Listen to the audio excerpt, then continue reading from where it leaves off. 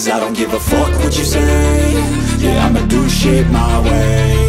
So you can go kick rocks, I'ma stack bricks up, build what I want to make. Yo, I got a lot of shit to say, so I'ma do this every day. I'll be writing things until I'm fucking buried in my grave. 6 feet deep under, but my body won't decay. Cause my messages are timeless, so they'll put them on display. Oh yeah, I rap with a certainty, I have a sense of urgency. A message for eternity, for everyone internally. I had some people burning me, but now they fucking learn to see I ain't the one to... Assalamualaikum warahmatullahi wabarakatuh. Halo teman-teman, apa kabar kan semuanya? Mudah-mudahan kalian pada sehat ya, amin. Kembali lagi sama saya Abdul Fattah Arifin. Dan kali ini kembali kita akan jalan-jalan melihat upaya pemerintah kita di bawah SDA DKI Jakarta dalam pengendalian air di sini teman-teman. Seperti kita ketahui, di Jakarta itu memiliki 4 permasalahan banjir. Yang pertama adalah air kiriman dari Bogor, yang kedua adalah hujan lokal, yang ketiga adalah land subsidence ataupun penurunan tanah, di mana setiap tahunnya terjadi penurunan tanah 10-12 cm, dan yang keempat adalah banjirop. Dan saat ini kita akan membahas tentang hujan lokal. Dan tentunya saya tidak akan sendiri teman-teman untuk menanyakan proyek ini, karena saya bukan ahli proyek ataupun dari teknik sipil ya. Kita akan langsung menanyakan sama teman-teman pelaksana. Assalamualaikum. Ya, waalaikumsalam. Apa kabar Pak? Sehat? Alhamdulillah sehat Pak. Baik Pak, mohon izin Pak, perkenalkan diri, nama Bapak siapa dan jabatan Bapak di sini sebagai apa? Nama saya Sofkal Jamil. Saya di sini sebagai pelaksana untuk pekerjaan jacking di lokasi Jalan Kintamani, persisnya di belakang Wali Kota Jakarta Selatan. Baik, saat ini sedang ada pengerjaan apa nih Pak? Karena saya lihat kayaknya besar banget nih proyek saat ini. Saat ini kita lagi ada pekerjaan itu boring manual dan pasangan BC 2300. 2300 Pak ya. Nah, proyek penanganan banjir ini bisa mereduksi wilayah mana aja nih Pak? Kalau untuk mereduksi wilayah mana aja, tepatnya sih kami menangkap air dari Waduk Oasis. Waduk Oasis ini kalau kita lihat reduksinya, dia mencakup Cipete sampai ke Fatmawati dan sekitarnya. Seperti itu, dan Dharma Wangsa juga sih termasuk. Oh, tangkapan airnya ataupun waduknya di situ Pak ya? Ya. Di Waduk Oasis ya. Berarti ini kawasan berarti Pak ya? Kawasan air warga ya? Berarti jatuhnya hujan lokal bener Pak ya? Betul, penanganannya ya? Hujan lokal.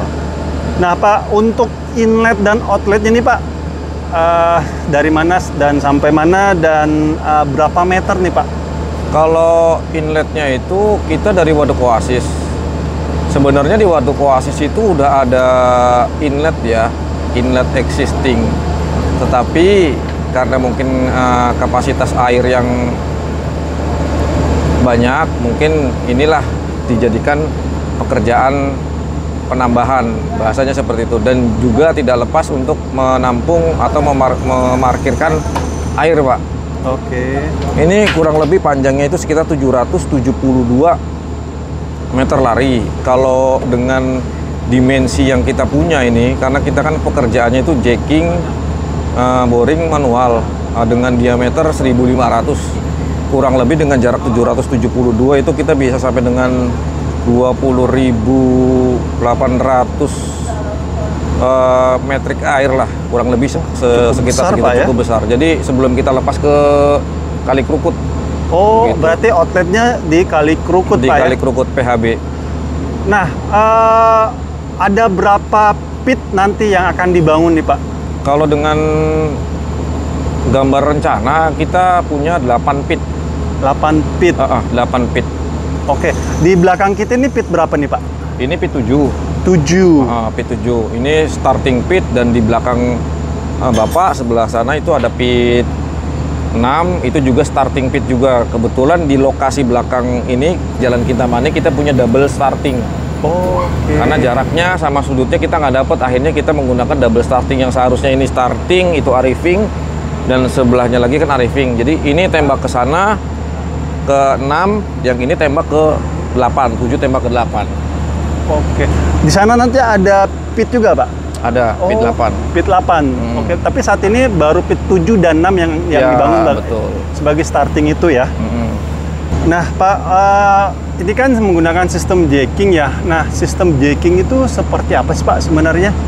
Sistem jacking itu kita menggunakan pipa RCP dengan mekanismenya kita dorong.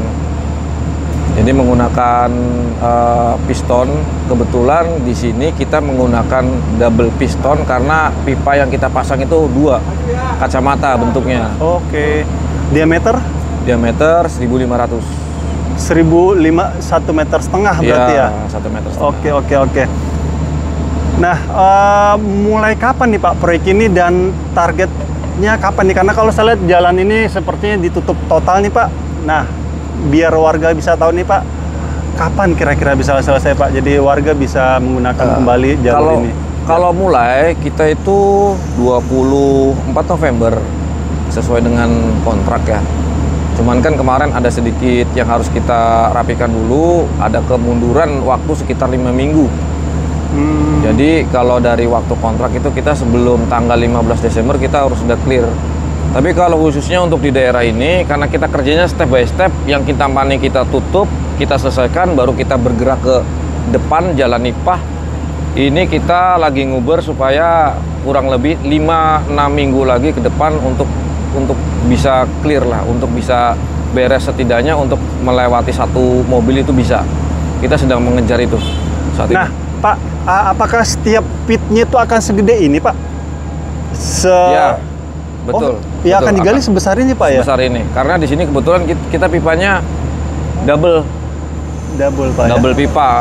Biasanya kan kalau untuk satu line, misalnya kita pakai pipa 1000, 1200, apa 2000 sekalipun, itu antara pit 1 dan pit lainnya, antara starting pit dan arriving pit, biasanya kita beda ukuran. Karena starting pit itu di mana letak kita meletakkan mesin jacking tersebut.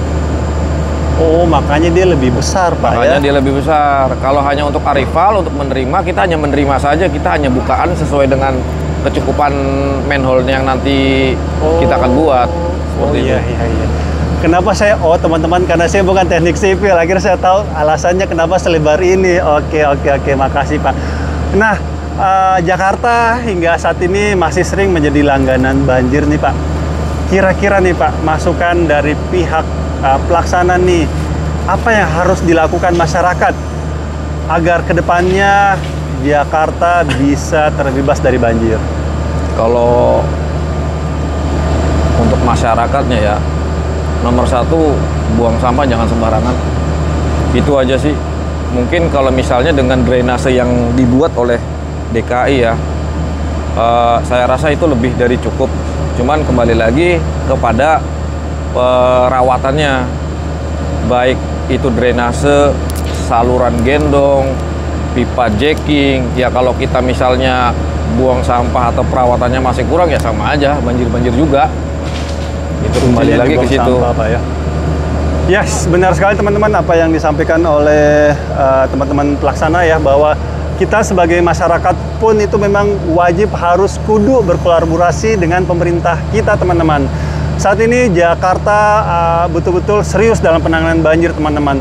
Sesuai dengan lapisan gambar yang saya berikan ke kalian ya, ini lapisan gambar resmi dari BMKG, dari Badan Nasional Penanggulangan Bencana Daerah, dari Bappenas, di mana setiap tahunnya alhamdulillah atas izin Allah juga ya, melalui ikhtiarnya para pemimpin negeri ini sudah mulai terlihat sangat signifikan penurunan tingkat banjir teman-teman. Dan ini bukti nyata ya bahwa SDA DKI Jakarta itu hadir di masyarakat untuk menanggulangi bencana banjir.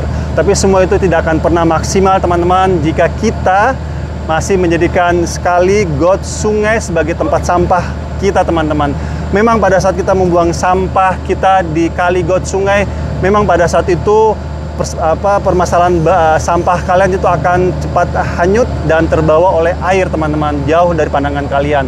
Tapi percayalah, cepat atau lambat sampah tersebut pasti akan mengendap teman-teman, dan ketika sudah mengendap itu akan menjadi sedimentasi. Secara otomatis akan mengurangi volume air yang akan dilewatin sungai ataupun got di tempat kalian. Dan ketika ada hujan lebat ataupun ada air kiriman dan banjir, baru pada protes semua pada pemerintah, pada kita sendiri yang kepala batu yang belum bisa menjaga kebersihan. Jadi yuk buanglah sampah pada tempatnya. Dan kami berdua teman-teman mohon maaf jika selama jalan-jalan di tempat ini ada salah-salah kata ataupun salah-salah menjelaskan. Kami berdua hanyalah manusia biasa yang tidak luput dari kata salah ataupun hilaf. Dan akhir kalam, saya Abdul Fattah Arifin dan Pak Sofkal Jamil mohon undur diri. Assalamualaikum warahmatullahi wabarakatuh. Indonesia Hebat. maju.